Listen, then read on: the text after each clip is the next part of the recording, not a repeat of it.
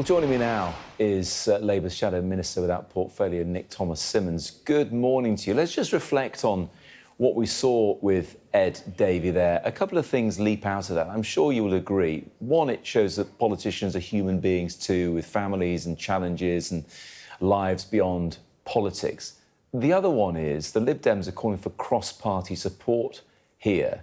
And when social care has been such a big problem, would you agree that it's too big for one party to deal with on its own? And if you do become the next government, you would work with others to sort it out?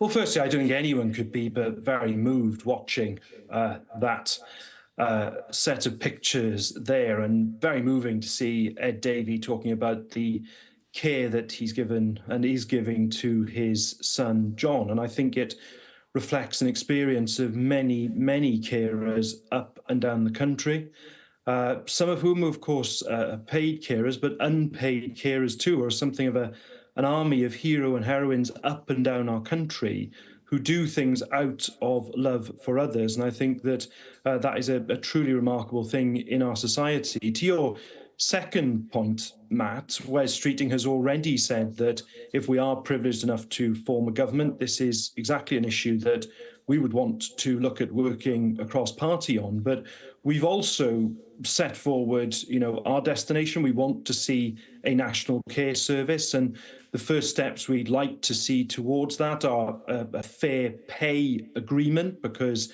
carers that I speak to on the doorsteps often raise that issue of status and pay, but also we need to see a set of national standards. We've got carers being paid and expected to have journeys between different people they're caring for in quite tiny amounts of minutes, which are not realistic. So I think they are steps that, if we are privileged to form a government, we would want to move forward on. But absolutely, I think speaking cross-party on such a big issue is hugely important.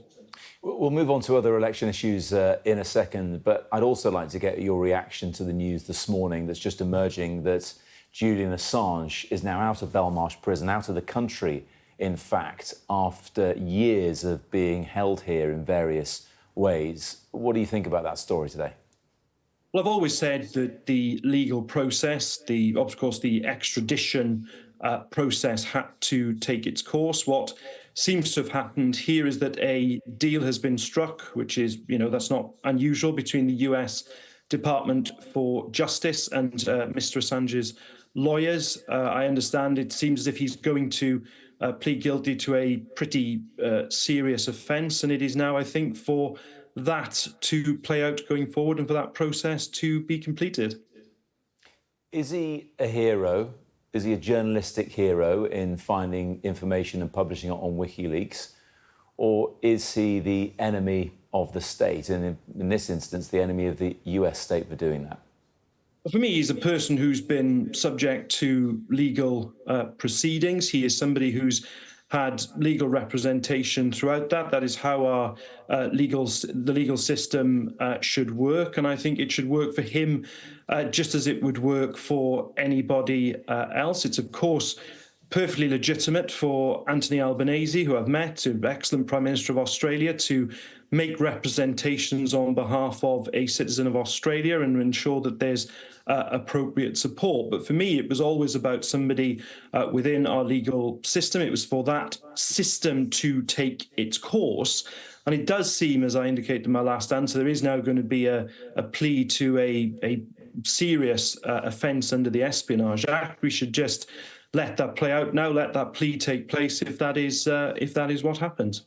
Look, I know on the campaign trail today, Labour is keen to talk about tackling knife crime. And you all know full well that you hear knife crime, you think London, because that's where the majority or the largest number of knife crimes happen. If we look at the figures in London, which, of course, has a London mayor in Sadiq Khan, more than 14,500 knife crime offences were recorded in the year to December 2023, up on the year before, and almost where they were pre-pandemic. It's not being gotten a grip on in Labour-led London. So what are you going to do to sort it out?